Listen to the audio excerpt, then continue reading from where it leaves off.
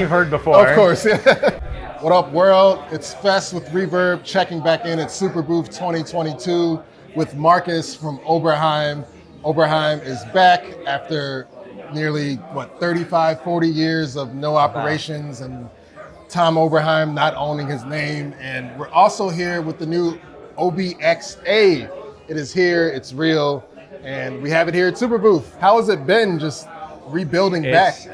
It's really been amazing. You know, Tom, in 1985, lost his company. And for the first time, Tom actually, owns his name and his logo and is able to use that on a synthesizer. And then we set about this project a little while back with the great people at Sequential. Being able to work with Sequential was really the best of both worlds. We've got a great design team and a great infrastructure that can build synthesizers. And we've got Tom's vision and myself and some other engineers able to devote our efforts into making a true Oberheim legendary synthesizer for the modern times. How long has this been in the making, first of all? Really, I'd say in real concentrated effort was about the past year, working with, again, a really experienced team of engineers from Oberheim and Sequential working together, and that's what has become the OB-X8. Yeah. We wanted to keep the traditional layout. The Oberheim synths were very much performance instruments, so you can, pick a sound and grab a knob. But we also put in, having a display now is really handy because now you can see the names of presets and we can have dedicated banks for each of the classic synths. So you can start with the OB-X bank and hear that classic Oberheim filter sound.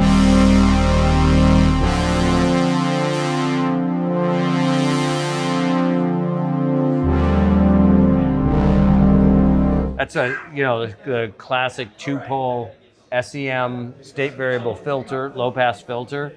And then we can switch over to the OB-X8 bank. Now this is a similar sound, but the XA uses the Curtis chip 3320.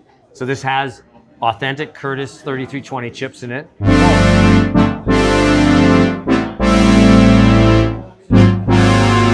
And then of course we can go to the OB-8 bank and hear how brass ensemble evolved. Now it's using the 4-pole Curtis filter with a little bit of modulation. I mean, it's the sound. Yes, it is. You just play it, it's instantly the sound. But what's so awesome is now, this isn't just like 3 different modes. We put everything of all 3 synths into one and let you mix and match. So if you wanted to hear that OB-8 preset, but with the OB-X filter, you can just change the filter modes. Or if you want to add new capabilities that we wish we'd had in the 80s, like aftertouch, I want to put aftertouch on the filter. That was not possible on the originals. These are sounds that are not necessarily from any of the originals. So you could split this keyboard now, so it's like, can we run through that a little bit? Sure. So it works just like on the XA and 8. It's really simple. You can go select a split and then just pick a sound on the lower. Let's go to C7 on the left hand.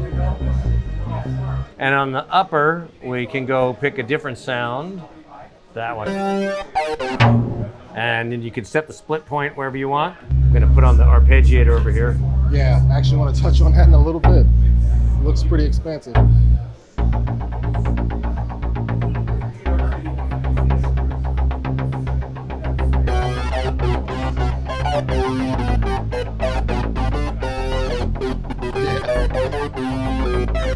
It seems like you got some new features. So you can arpeggiate the keyboard, like so. This will be fairly traditional, upward arpeggiation. It arpeggiates in the order you play the notes. But you also have some great features like being able to add transpositions in. Yeah. And if you want, you can do stuff like have it only work on held notes.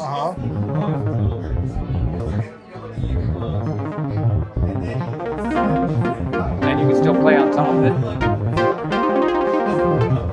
What's nice is what we didn't have back in the day, of course, is that you can now synchronize that to MIDI clock if you want. Can we touch on our connections in the back here? Well, first off, we wanted to be authentic with the originals, so there's a few things you don't see that often on modern synths, like having a filter pedal and a volume pedal input that'll accept pedals or CVs, which is kind of fun. There's an Arpeggiator clock input. You've got, of course, the stereo outs and a mono out. Then there's traditional MIDI in, out, and through on 5-pin DIN connectors. And of course, a USB port. The headphone jack on the front, which I have to tell you, that's a simple little thing. Right. It always frustrated me that we didn't have a headphone jack on the old Oberheim stuff. I'm sure. So it's nice to finally have that on an Oberheim synth. Man, when will this be available? When it'll be available and when people will be able to get it might be two different things, because I think the demand is probably going to far exceed the supply at first. But hopefully we'll be able to catch up pretty quickly and get them to everyone who wants them. That's great. You guys just saw the first look of the Oberheim OB-X8. This is Marcus with Oberheim. I'm Fest with Reverb, and we're at Superbooth 2022. Thanks again for joining us. My pleasure. Appreciate Thank it. you. Yep.